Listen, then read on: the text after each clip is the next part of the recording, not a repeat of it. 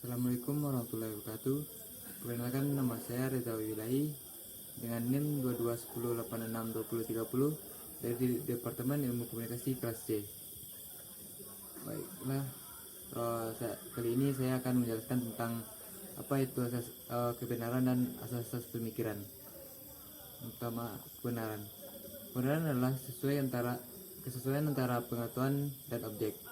Dan sedangkan dalam ilmu filsafat, kebenaran adalah kesesuaian antara pernyataan tentang sesuatu dengan kenyataan sesuatu itu sendiri. Pada dasarnya ada 3 macam kebenaran, yaitu kebenaran ilmu pengetahuan, kebenaran filsafat, dan kebenaran agama. Dalam ilmu pengetahuan dan filsafat,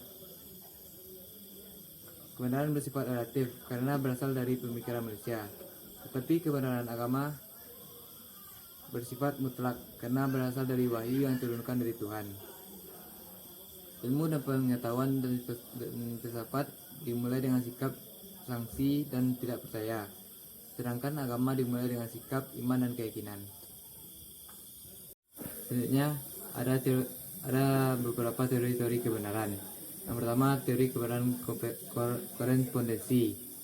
Teori ini menegaskan bahwa kebenaran adalah keadaan yang menunjukkan kesesuaian antara pikiran manusia dan keadaan objek yang sebenarnya.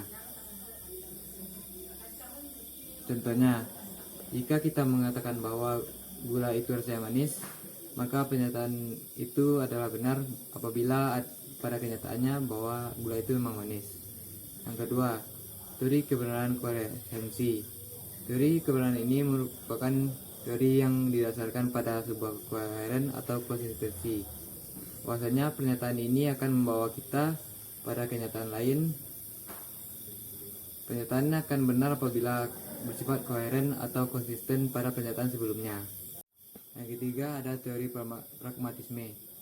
Teori kebenaran ini merupakan teori yang berpandangan bahwa arti dari ide dibatasi oleh referensi pada konsekuensi ilmiah.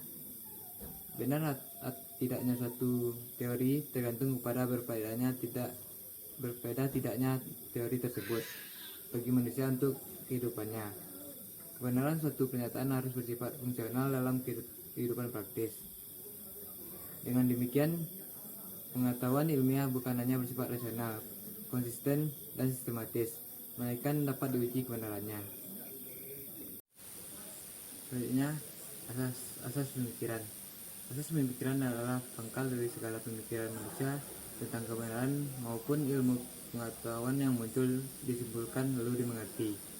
Asas pemikiran juga dapat diartikan sebagai cara berpikir atau dasar berpikir manusia yang sudah ada sejak manusia itu bisa berpikir.